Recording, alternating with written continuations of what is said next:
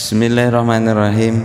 Bapak Ibu yang dirahmati Allah, Assalamualaikum warahmatullahi wabarakatuh.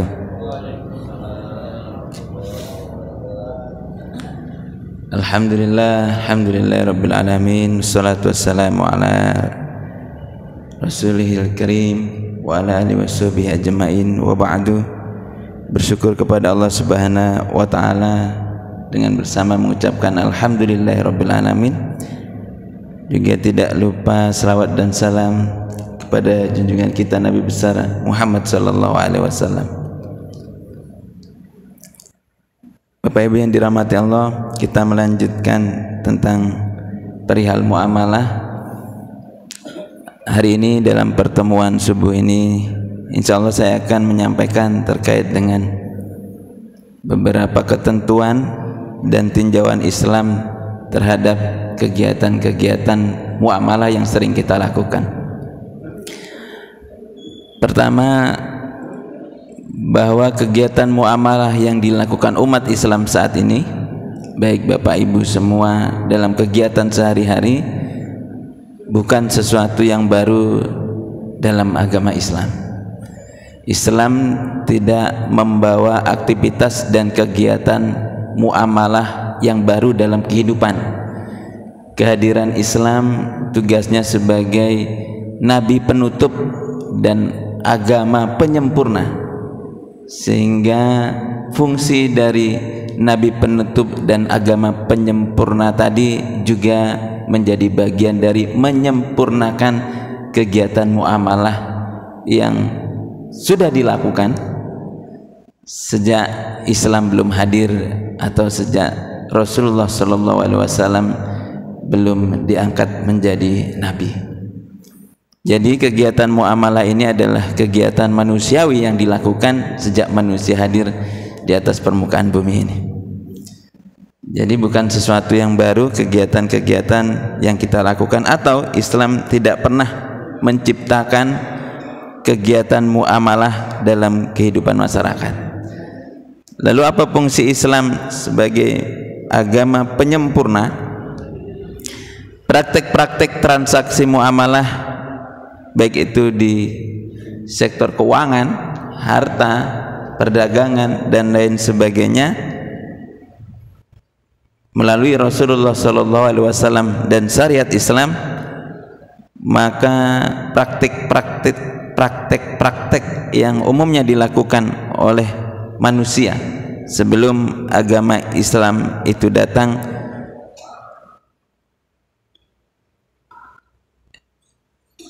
disesuaikan dengan syariat yang dibawa oleh Rasulullah sallallahu alaihi wasallam atau agama Islam yang kita anut. Kegiatan-kegiatan tersebut bahkan sebelum Rasulullah sallallahu alaihi wasallam diangkat menjadi nabi, khususnya dalam perniagaan, perdagangan, perkongsian, itu hal yang umum dilakukan oleh nabi kita sebelum beliau diangkat menjadi Rasulullah sallallahu alaihi wasallam. Maka dalam sebuah riwayat, dalam hadis Rasulullah sallallahu alaihi wasallam diriwayatkan oleh Ibnu Majah dan Tabrani, beliau menyebutkan qala lin Nabi sallallahu alaihi wasallam kunta syariki fil jahiliyati fakunta khaira syariki la tudarini wa la tumarini. Diriwayatkan dari Sa'ib, Nabi sallallahu alaihi wasallam bersabda, dulu pada masa atau pada zaman jahiliyah engkau menjadi mitraku. Maksudnya mitra berdagang. Syarik di sini mitra berdagang. Engkau menjadi mitraku yang paling baik. Ini sebelum Rasulullah menjadi nabi. La tudarini, engkau tidak mengkhianatiku. Wala tumarini, dan tidak membantahku. Maka kita mengenal kehidupan Rasulullah sebelum diangkat menjadi Rasul. Beberapa aktivitasnya diantaranya adalah pedagang yang handal, yang hebat, yang jujur, yang amanah, yang luar biasa. Maka beberapa kegiatan muamalah sebelum beliau diangkat menjadi Rasul, kemudian beliau sebutkan bahwa kegiatan-kegiatan itu pernah dilakukan sebelum syariat Islam itu datang. Maka terkait dengan praktik ekonomi yang sering kita lakukan dengan berbagai fungsinya, Islam datang sebagai memperbaiki. Ini yang perlu diingat Bapak Ibu, memperbaiki. Maka transaksi hutang piutang sebelum Islam itu ada, itu sudah berjalan. Transaksi permodalan sebelum Islam itu ada juga sudah berjalan. Transaksi perkongsian sebelum Islam itu datang juga sudah berjalan. Transaksi jaminan sebelum Islam itu datang juga sudah berjalan. Atau kalau jaminan apa? Ya, jaminan itu sekarang asuransi. Jadi asuransi itu sebelum Islam datang juga sudah berjalan. Bahkan sebelum ada label kata syariat, asuransi itu sudah umum di mana-mana. Nah, seperti halnya simpanan, perbankan, permodalan dan lain sebagainya, sebelum Islam itu datang sudah berjalan. Hanya wujudnya saja yang berbeda-beda. Jadi kalau dulu zaman jahiliyah, bank itu enggak ada, ya. Tidak ada asuransi seperti label dagang saat ini, atau pinjol. Nah, itu namanya pinjol. Tapi itu sudah ada sejak Islam belum datang. Hanya sekarang namanya pinjol. Kenapa pinjol? Karena minjemnya online. Nah, kalau minjemnya dari dulu sudah ada, ya. Nah, jadi itu yang kemudian Islam datang, hal-hal yang berpotensi membahayakan, merusakkan hubungan, saling menyakiti, saling merugikan, ya, yang memiliki unsur-unsur berpotensi untuk urusan kezoliman atau unsur-unsur yang membahayakan atau menyalahi kebaikan tadilah yang kemudian dihindari atau bahkan pada tingkat level yang paling tinggi diharamkan. Jadi sesuatu yang biasa umum dilakukan dalam kegiatan muamalah yang dulu berpotensi terhadap beberapa hal yang saya sebutkan tadi dihindari, jadi tidak semua dilarang, sehingga pada level yang tertinggi kemudian ada di antaranya yang diharamkan. Jadi yang sebelumnya diperbolehkan, begitu datang syariat Islam, Allah dan Rasulullah SAW menegaskan bahwa perbuatan tersebut karena mengandung unsur yang membahayakan atau menyalahi kebaikan-kebaikan dalam agama kita, maka kemudian diantaranya diharamkan. Maka Islam dalam prosesnya untuk memilah dan memilih dari berbagai kegiatan muamalah yang sudah dilakukan sebelumnya itu mengatur hal-hal tersebut dengan kaidah-kaidah yang umum, sehingga kemudian kaidah-kaidah yang umum ini berdasarkan perintah Allah dan Rasulullah SAW diantaranya dijabarkan dengan kondisi kekinian, sehingga kemudian muncul istilah-istilah kontemporer. Nah, ini sejarahnya. Kontemporer itu tidak ditemukan karena memang muncul di era-era akhir zaman seperti ini. Nah, kegiatan atau perilaku yang dilakukan dalam aktivitas muamalah kontemporer tadi yang kemudian ditarik apa dasar keagamaannya, baik itu dari Al-Quran ataupun As-Sunnah. Nah, tidak ada bank ditemukan dalam Al-Quran, tidak ada. Bank dicari di hadis juga tidak ketemu. Pinjol itu dicari di mana-mana, sampai buku apapun ya tidak ada. Namanya pinjol. Apa ini pinjol ini? Ya, tidak diketemukan. Maka kaidah-kaidah umum itu yang kemudian ditarik menjadi acuan sebagian besar transaksi baik dalam kegiatan muamalah untuk kemaslahatan dan kebaikan bersama, khususnya umat Islam. Beberapa di antara kaidahnya yang perlu dicamkan atau diingat oleh kita semuanya adalah dalam transaksi muamalah yang paling mendasari adalah kegiatan ridho, biridho, dan juga perlu diperhatikan unsur kebaikan bagi jiwa, baik itu dalam kesehatan fisik juga kesehatan mental. Kok bisa mental juga? Banyak kasusnya sekarang, harta hilang, jiwanya sehat, fisiknya sehat, tapi jiwanya terganggu. Ya, ini nggak usah dikasihkan contoh, saya kira sudah memahami semuanya. Ada orang yang kehilangan akalnya karena kehilangan hartanya. Itu kasusnya kenapa? Di antaranya mungkin hal-hal seperti ini. Ini marah ada investasi bodong. Nah, itu bukan hanya fisiknya saja yang terganggu, ada juga jiwanya yang terganggu. Maka tidak hanya pada unsur keriduan, tapi yang memperhatikan terhadap kesehatan jiwa dan raga. Dalam surat An-Nisa ayat 29, salah satu unsur yang diperhatikan dan penting untuk menjadi dasar kegiatan muamalah, Allah Subhanahu wa taala berfirman, "Ya ayyuhalladzina amanu, wahai orang-orang yang beriman, la ta'kulu amwalakum bainakum bil batil." Janganlah kamu saling memakan harta sesamamu dengan cara yang batil. Yang batil itu apa?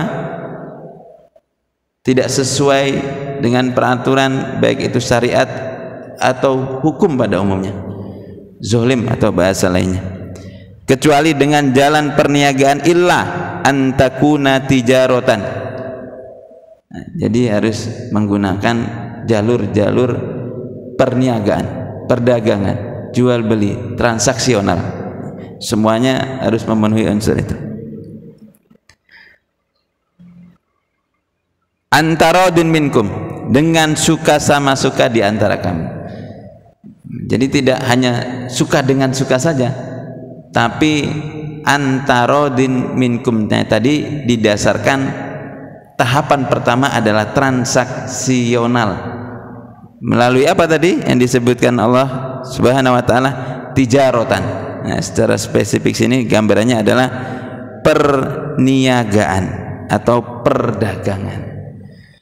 Jadi tidak boleh, tidak ada transaksi perniagaan, perdagangan, kemudian karena suka sama suka, nah, itu terjadi perpindahan barang. Contohnya apa Ustaz? Kok tidak ada perdagangan tapi terjadi perpindahan barang yang sekarang ini terjadi? Ya, judi itu tidak ada jual beli, tapi ada perpindahan harta. Hilang hartanya. Itu kan modalnya cuman duduk-duduk nonton gitu. Jadi kalau bola kadang orang taruhan, itu kan modalnya nonton, tidak ada perniagaan apa-apa, tidak ada perdagangan apa-apa. Tapi kemudian ada perpindahan harta. Kemudian dalam surat Al-Baqarah ayat 188 juga Allah mengingatkan, wala ta'kulu amwalakum bainakum bil batil. Dan janganlah sebagian kamu memakan harta sebagian yang lain di antara kamu dengan jalan yang batil.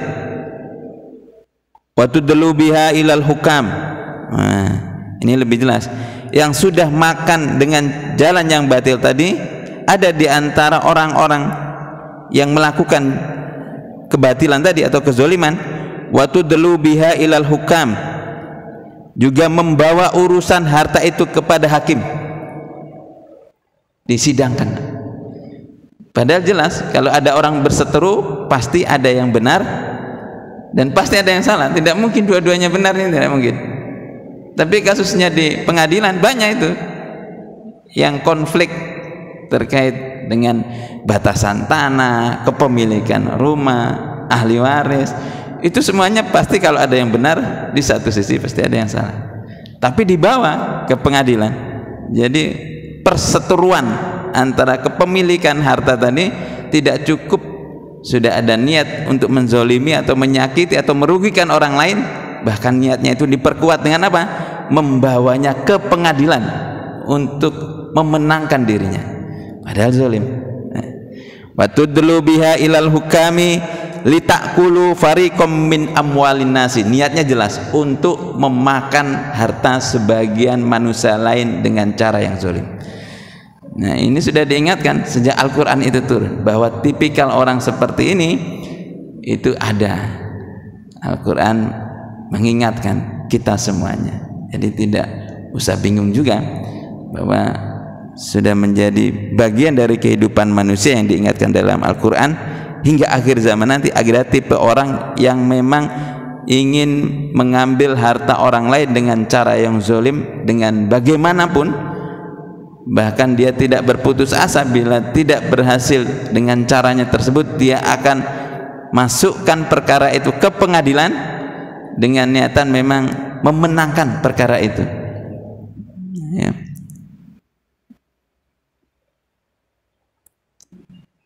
Litakulu fariqam min amwalin nasi bil ithmi, dengan bil ismi itu jelas, ya, dengan cara berbuat dosa pasti dia salah, ya. Jadi garansinya orang yang pasti salah tadi ternyata berupaya untuk merebut sesuatu hak yang bukan miliknya tadi, masukkan ke pengadilan supaya dia menang, ya. Litakulu min amwalin nasi bil ismi wa antum ta'lamun, padahal kamu mengetahui. Orang yang salah tadi kira-kira tidak tahu, pasti tahu kalau itu bukan haknya, tapi karena gambaran nominal rupiah, miliaran atau angka lainnya, itu kemudian dia tutupi kesalahannya. Dia tahu dia salah, cuman untuk mendapatkan harta secara zalim dia lakukan proses-proses dan tahapan tersebut. Al-Baqarah 188 mengingatkan kita semua. Nah, ayat ini menurut Ibnu Arabi dalam tafsirnya menyebutkan mencakup aturan-aturan muamalah, karena terkait dengan mengambil harta atau merebut hak orang lain dengan cara-cara yang tidak sesuai dengan syariat Islam. Karena syariat Islam datang untuk memfilter dan membawa kebaikan untuk sesama. Juga dalam hadis riwayat Imam Baihaqi disebutkan, la yahillu malum mri'in muslimin, tidaklah halal harta seorang muslim, illa biti bi nafsim minhu, kecuali dengan dasar kebaikan jiwa darinya.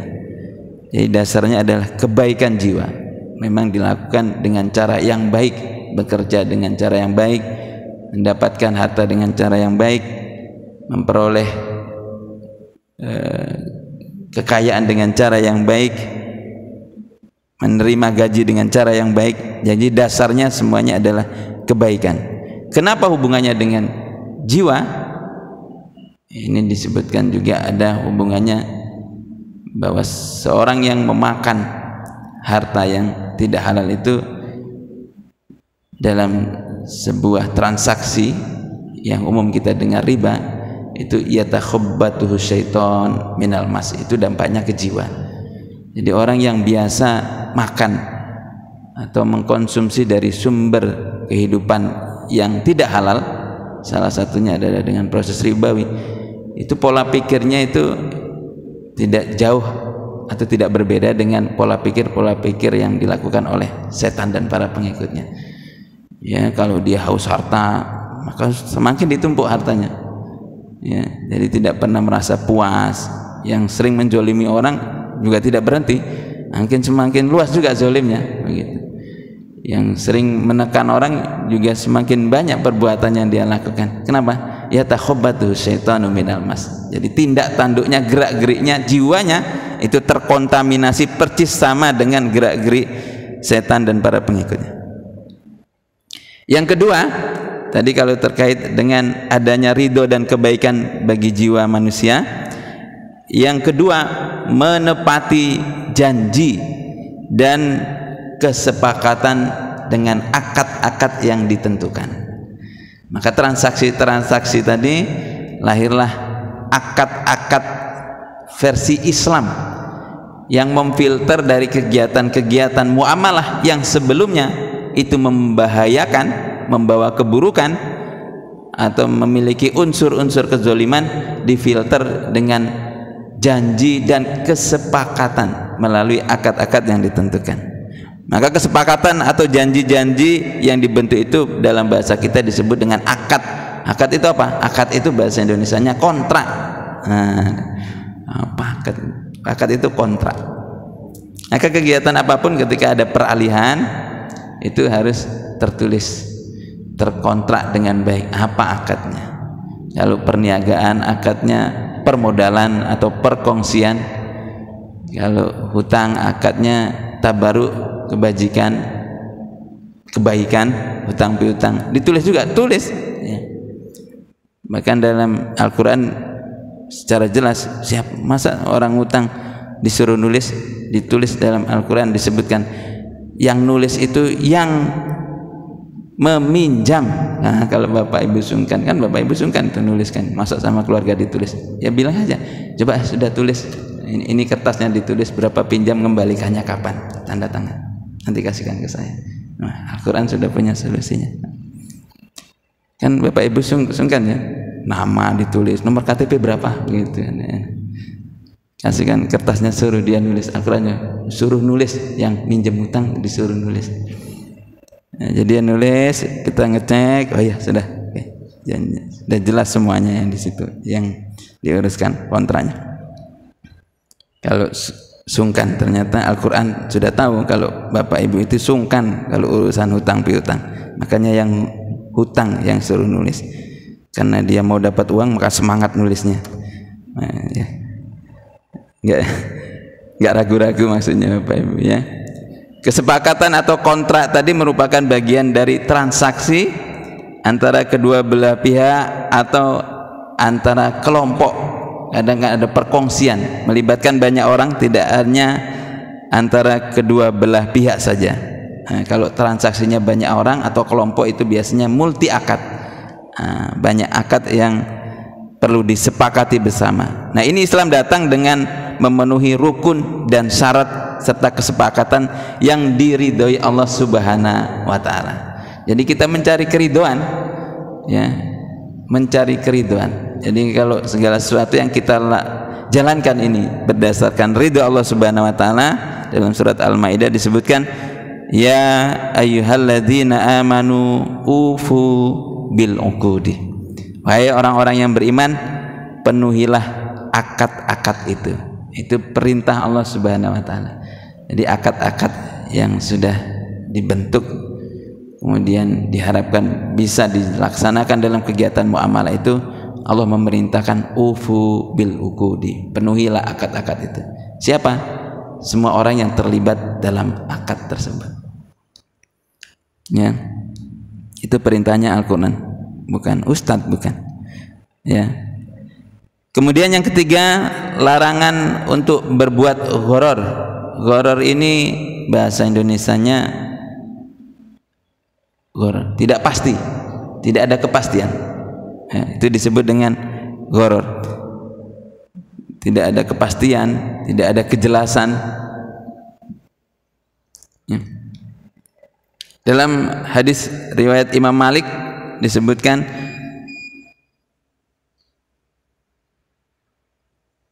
an Sa'id bin Musayyib anna Rasulullah sallallahu alaihi wasallam naha an bai'il gharari. Diriwayatkan dari Sa'id bin Musayyib bahwasanya Rasulullah sallallahu alaihi wasallam melarang jual beli gharar. Nah, gharar ini yang tidak pasti atau mengandung dampak atau akibat yang terselubung. Kenapa tidak pasti? Baik itu unsur pelakunya ataupun unsur dari alamnya. Maka sesuatu yang tidak pasti ditunggu kepastiannya dulu, baru terjadi transaksi jual beli. Ya, ini harus dihindari. Karena ketidakjelasan tadi, maka sesuatu dalam transaksi muamalah yang mengandung unsur ketidakjelasan ini tidak diperbolehkan. Apa transaksi muamalah nggak jelas? Contoh ini mau kurban,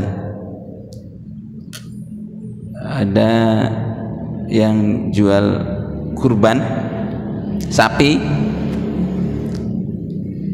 jantannya dibeli, tinggal betina sama anaknya. Nah, yang mau beli tadi tertarik, wah ini jantannya dibeli, kalau bisa dibeli sama istri, sama betinanya, Pak.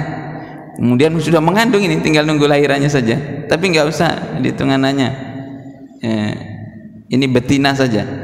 Ya, anaknya itu harganya nggak usah tinggi-tinggi lah, karena sebentar lagi, sebulan lagi melahirkan. Jadi betina dijual sama anaknya. Nah, anak sapi yang masih dalam perut itu gharar, tidak diperbolehkan. Atau pedagang buah lihat rambutan tetangga merah-merah, rambutannya manis, di booking, belum masanya panen. Nah, itu gharar juga. Jadi transaksi-transaksi yang tidak jelas ini tidak diperbolehkan. Kenapa? Objek transaksinya tadi mengandung unsur gharar atau sesuatu yang belum ada kepastian. Nah, karena kalau kebiasaan dalam kegiatan sudah terbiasa, dia punya keahlian-ahlian, sudah memperhitungkan, dia sudah memperhitungkan persentasi kerugiannya, itu sudah masuk dalam perhitungan. Tukang ikan, beli ikan di kolam, itu sudah tahu ilmunya, memang hari-hari jualan ikan. Maka ketika dia ngambil pakan itu, dilemparkan ke kolam, begitu yang muncul, dia sudah bisa mempresentasikan ini kolam isinya berapa. Nah, tinggal diborong saja, nanti dia ambil. Maka dia masukkan harganya sudah dengan harga perhitungan. Kebiasaan dia melakukan itu sehari-hari. 30 tahun jualan ikan, bagaimana tidak pakar di dunia perikanan, ya. Hanya saja dia tidak bisa bicara dengan bahasa ikan. Ini sekarang ada ustadz yang bisa, lagi viral, bisa berkomunikasi dengan ikan. Tukang ikan tadi tentu nggak bisa bicara dengan bahasa ikan, meskipun 30 tahun bergelut dengan dunia perikanan. Ya, ini karena ketidakjelasan tadi. Kemudian yang ketiga, ini yang saya ingatkan, sering saya sampaikan, dan ini tidak saya sampaikan panjang karena saya kira jamaah sudah tahu, terkait dengan riba. Ya, riba itu kalau bentuknya hutang adalah tambahan, kalau bentuknya jual beli ada 6 barang yang perlu dihindari. Nah, itu saja. Kalau hutang tambahannya dalam bentuk apapun, maka hutang itu tambahannya adalah riba.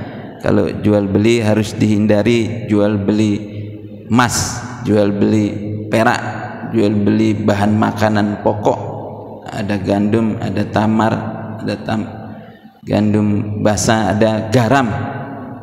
Nah, ini yang perlu dihindari, barang-barang ribawi dalam transaksi jual beli. Maka perlu ditakar dan ditimbang kembali, ya. Jadi ada spesifik detail bagaimana menjual barang-barang ribawi itu, tahapan-tahapannya jelas dalam muamalah. Seperti garam itu beli 1 karung, sebulan baru terjual, harganya sama, itu perlu ditimbang lagi. Itu garam. Kebetulan saya baru dari pesantren Sunan Derajat Lamongan di Jawa Timur, itu produksi pabrik garam, salah satu garam terbesar di Jawa Timur, punya pondok pesantren Sunan Derajat. 1 bulan bisa 80 ton garam diproduksi di pesantren tersebut. 80 ton garam, karena memang sekitarnya adalah petani garam. Baik, itu larangan riba. Nanti kalau dibahas secara detail terkait utang piutang dan jual beli, ini kita beri judul dengan waktu yang berbeda. Yang selanjutnya, larangan melakukan qimar. Qimar ini bahasa Indonesianya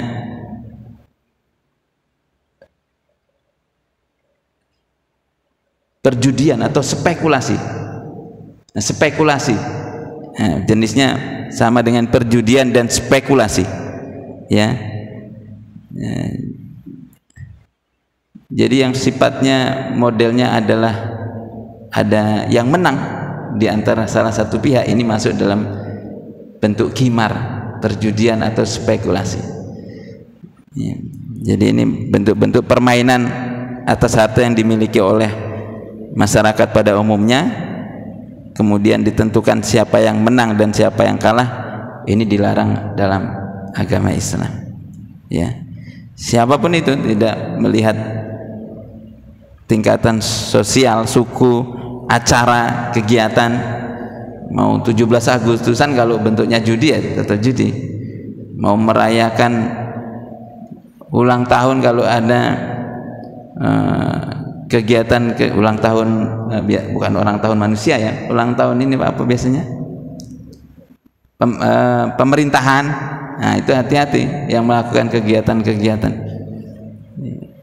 Kok bisa? Ya karena hadiahnya bersumber dari iuran. Nah, hati-hati. Ya. Hadiahnya sumber iuran 1 RT, kemudian dibelikan hadiah, diadakan acara bersama-sama. Ini nama bentuknya adalah perjudian atau qimar, karena mengandung spekulasi. Ada yang kalah dan ada yang menang, dan yang menang tadi pasti ngambil dari sumber hadiah dari uang yang kalah tadi. Itu bentuk-bentuk perjudian. Dalam surat Al-Maidah ayat 9 disebutkan, ya ayyuhalladzina amanu, wahai orang-orang yang beriman, innamal khumru, sesungguhnya meminum khamar, wal maisiru, dan berjudi, wal ansabu, dan berkurban untuk berhala, wal azlamu, dan mengundi nasib, rijsun min amali syaitan, itu semua pekerjaan-pekerjaan setan. Fajtanibuhu, maka jauhilah, hindarilah, la'alakum tuflihun, semoga kamu termasuk perbuat, maka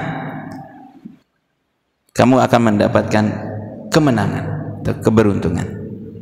Maka hindari tadi dari perbuatan-perbuatan mulai meminum khamar, berjudi, berkurban untuk berhala, ini yang dilakukan oleh orang-orang jahiliyah tadi, atau mengundi nasib.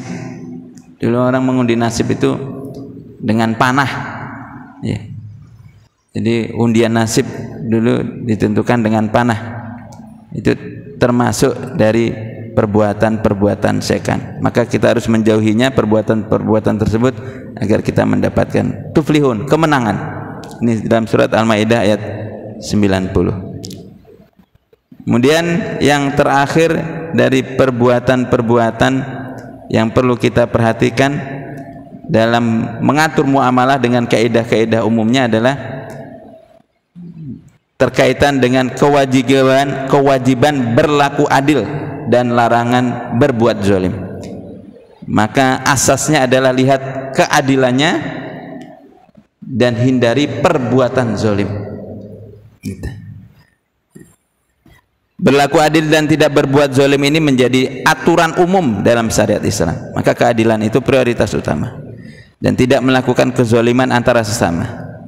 Dalam surat Al-Maidah ayat 8 juga disebutkan, ya ayyuhalladzina amanu kunu qawwamina, hai orang-orang yang beriman, hendaklah kamu jadi orang-orang qawwamina lillah, menjadi orang-orang yang selalu qawwam, menegakkan kebenaran, ya, lillah, karena Allah subhanahu wa ta'ala, syuhada'a bil qisti, dan menjadi saksi bil qist, dengan cara yang adil.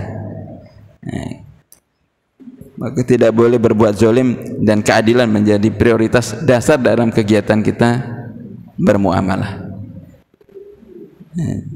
Ini menjadi pedoman dan kaidah-kaidah dasar yang melandasi semua kegiatan muamalah itu, ditarik dari sumber Al-Quran dan Sunnah Rasulullah SAW.